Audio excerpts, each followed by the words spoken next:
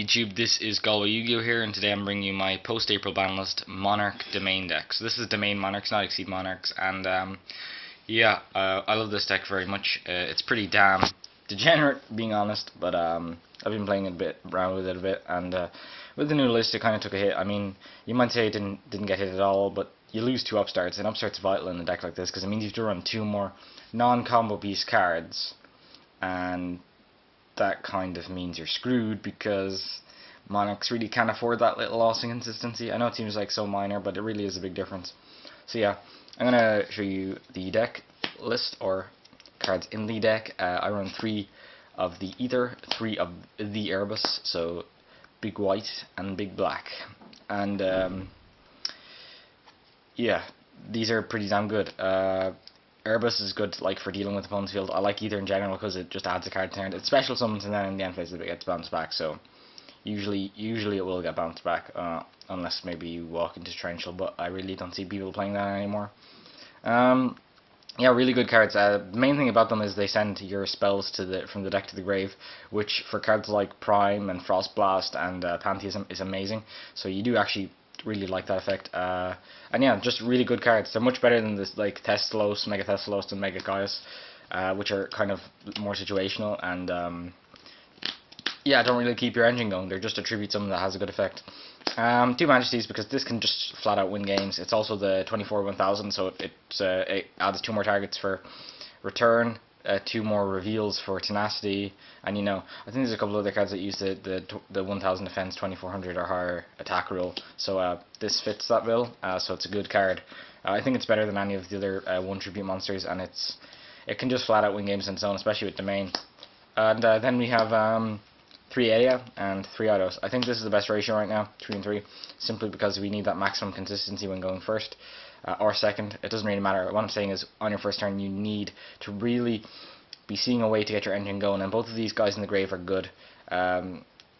Eddie lasts so much, but when it's sent to the grave, you get back like a banished spell, which is usually something like a Pantheism. But you can get back other things too, maybe stuff you banish with Pantheism. I often get Stormforce back if I really need it, like if I'm against Cosmo.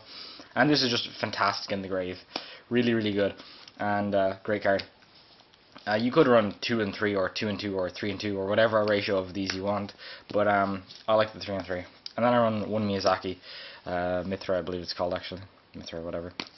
Good card in extending plays, allows you to put Erebus on the field and then you know finish off with the Majesty and Domain if you want. So you can take cards out of your opponent's hand, set up plays, then put Domain out, lock them out of the extra, then put Majesties down and lock them out of monster effects, and they really need to, you know, deal with both of those different threats in different ways, because you can't just deal with them the same way.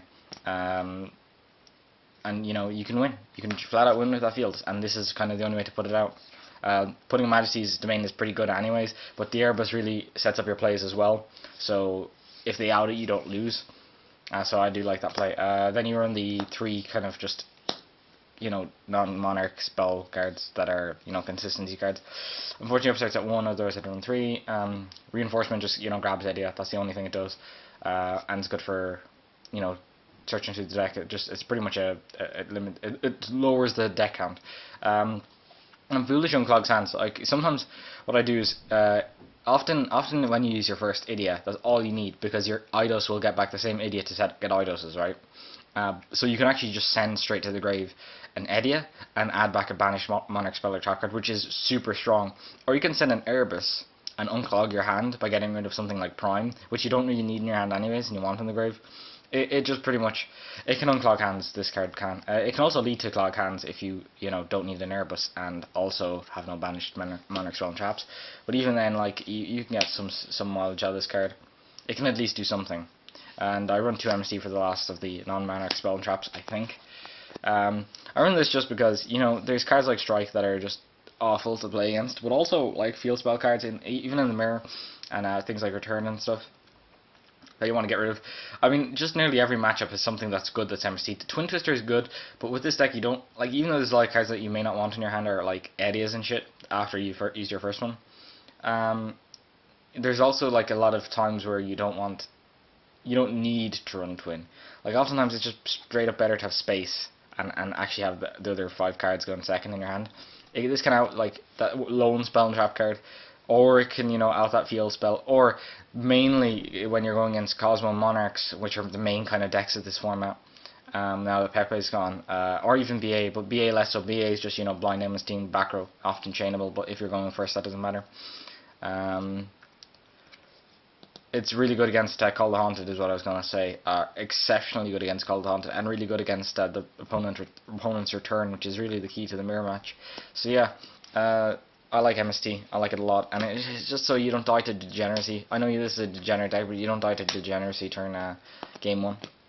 I side in twins if I know the deck is going to be more susceptible to it. And I run triple Pantheism. So Pantheism is just like the heart of the deck. If this card went to anything lower than 2, I think it's dead. And I mean even lower than 3, because you really can't afford to lose this card. It's just so great. You want it in the grave. You want it to send it off Monarchs. You want to search it off to Nasty. You want to draw it off Pantheism itself. You want this in so many ways. It's just so good, really good. It's straight up helps you dig for combo pieces and gets rid of things like Prime and shit from your hand. But even more than that, it actually helps you search cards you want. Usually you get the choice, but sometimes it's just your opponent's choice of 2 cards you still want, 2 combo pieces. So yeah, great card. I run 3 Tenacity. This is fantastic. Tenacity is just pretty much search Monarch Spell Trap. Amazing card. Not much to say on that. And I run 3 Stormforth. This is great because this is like the power card of one of the power cards of the deck. It really allows you to out things like Cosmo Ships with such ease, and it's non-targeting, non-destruction removal as well, so it's actually fantastic against so many of those problem cards and problem decks. I love this card so much, I can't say enough good things about it. And it's at 3. And I run 3 return, so this might be an oddity. The reason I run 3 return is simply so that I have combo pieces, because if you think of it, like, there's not a lot of, you don't want to run non-monarch cards, many of them, and it's also good to send after you've gotten your first return off Ether or Erebus. I'm sure as a Monarch player you know that in a lot of games you can actually run out of spells if it goes on too long, especially in the mirror match, and I think this card is amazing in the mirror match, amazing against Cosmo, but also really just just a Monarch card, a Monarch spell and trap that's not bad is a great thing. And that's the reason I don't run any March, which you may know, because March is a Monarch spell and trap card like this. However, it's not a good one. It's rarely ever good that you want to search that. Sure, there's sometimes I wish that, like, say my return may have been a March, like when I put Majesty's Domain on board and I'm like, they really lose. But the truth is, with like Twin Twister being so rampant at the moment, if they're out in your domain, they're out in your March or your return anyways, and you get value out of this at least. I'm just not a fan of March at all. It doesn't provide you with any advantage. It just kind of tells your opponent to win against you, and like your opponent,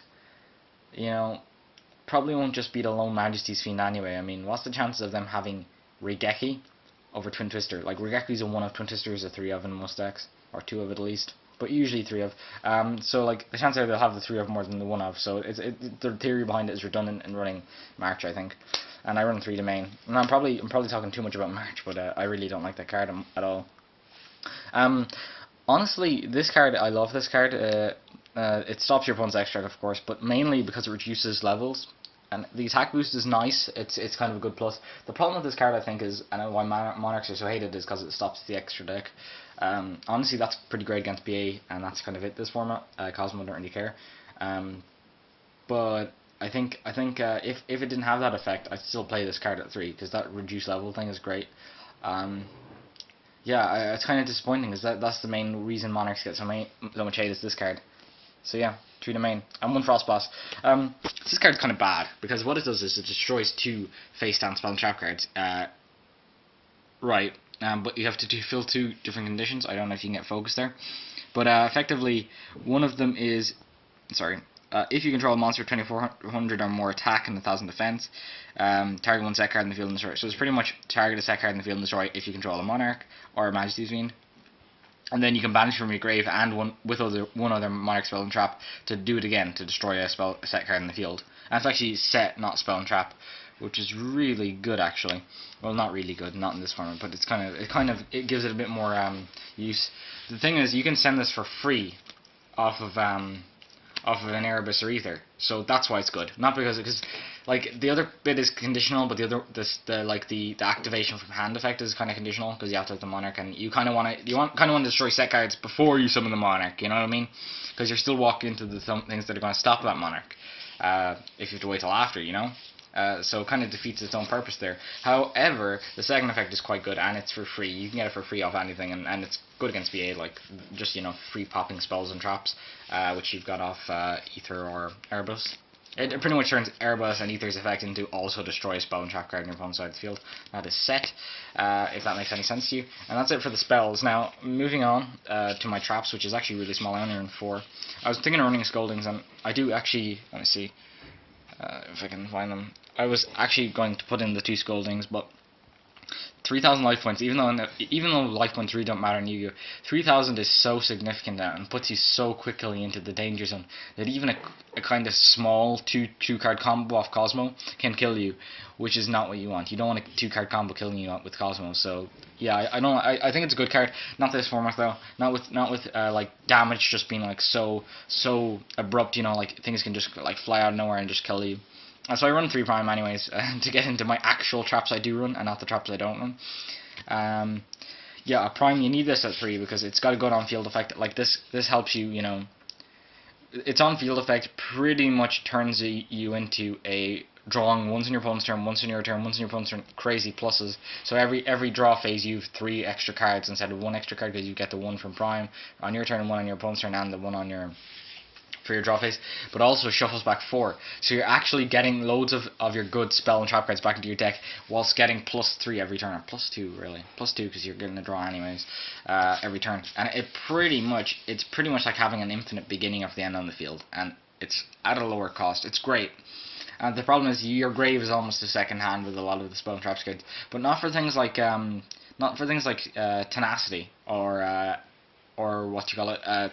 The Monarch Storm 4, you can shuffle those back with this card, and it's great because you want them in your deck to search with other Pantheisms, and you can add back Pantheisms with it. It pretty much means not infinite cycles, but really long cycles with this card. Great card. And also, it's grave effect to come back and banish. It's amazing. It's free tribute fodder and stops OTKs like all hell.